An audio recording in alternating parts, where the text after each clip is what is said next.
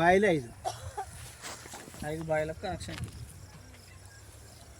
ఏడకి ఇంతవరకు అంటే వచ్చి ఫోటోలు నింపుకున్నారు, పంచనామా లెక్క రాసుకున్నారు, పేర్లు కదా ఇంతవరకు రూపాయి రాలి 4 సంవత్సరాలు అవుతాయి. ఏమన్నా ఫోన్ చేస్తే ఫోన్ చేస్తే ఆన్లైన్ చేసినా ఇంకా 10 రోజులు పడుతుంది, 15 రోజులు. 2 కోతులు పడ్డాయి. కోతులు అంటే మాకు ఎవరు సతలేం కాబట్టి వాటిని ఎవరు పట్టించుకోలేదు. కానీ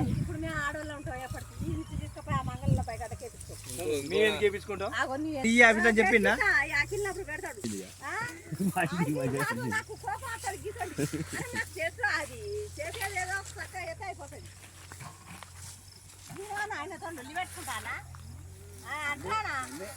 ఇద్దరు ఏంటంటే అదే తొలిదారులు అంటారా, అట్లా కాకుండా నిమ్మలంగా చెప్తాను పోయినా కూడా దొరుకుతాను.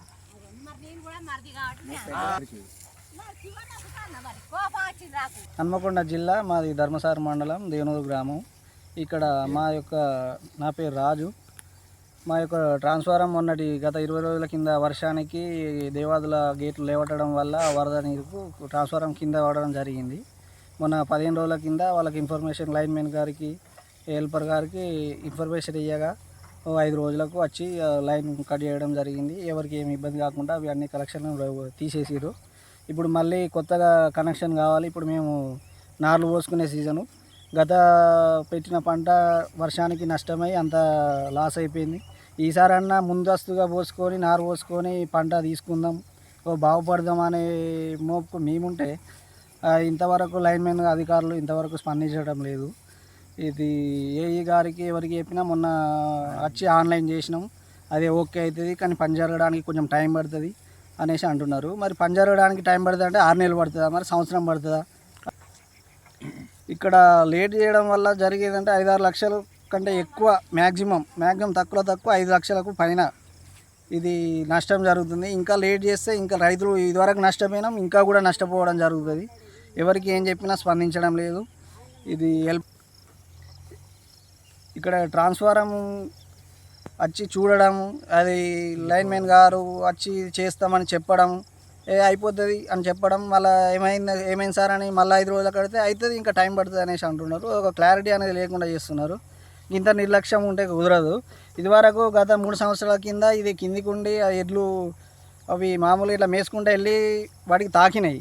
తాకితే కూడా 2 అవి అక్కడికక్కడే మృతి చెందడం జరిగింది. 2 వాటికి కూడా కరెంటు సిబ్బంది తరపున, మా తరపున దానికి తగ్గ నష్టపరిహారం చెల్లిస్తామనేసి మాట ఇవ్వడం జరిగింది.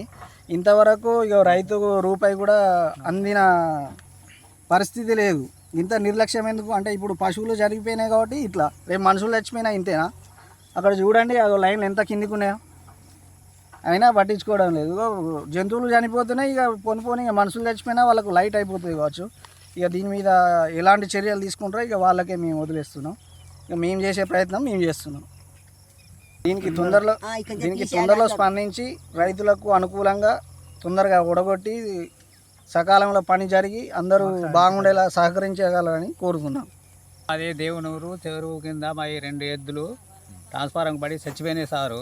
ఈ ట్రాన్స్ఫారం కిందనే ఇప్పుడు 2 ఏళ్ళ అర్థంలో మన సబ్స్టేషన్లో మీటింగ్ అప్పుడు కూడా మేము పోయినాము. అండి మీకు 2 నెలల డబ్బులు పడేస్తున్నారు, 8,000 కొడతామన్నారు. 8,000 8 రూపాయలు కూడా రాలేదు మాకు సారు ఇంటల్లా. ఇంకోటి ఈ 2 ట్రాన్స్ఫార్మర్లు గద్దెలు కడతా ఉన్నారు. ఆ గద్దెలు ఎక్కనే పోయినాయి, ఎక్కనే పోయినాయి. ఇప్పటి వరకు మా ట్రాన్స్ఫార్మర్ పట్టుకున్నాడు నాదుడు వెళ్ళాడు. మరి ఏడి గారికి ఫోన్ చేసినా, డీకి ఫోన్ చేసిన, ఏకి ఫోన్ చేసిన, ఎస్సీ సార్ కూడా ఫోన్ చేసిన. నేను అన్ని దిక్కులు తిరిగిన, పడతాయి అన్నారు. అవి రాలే ఇవి రాలేదు సారు. ఏవి రాకుండా మనిషి మాకు ప్రమాణం బాగున్నాయి ఇక్కడ.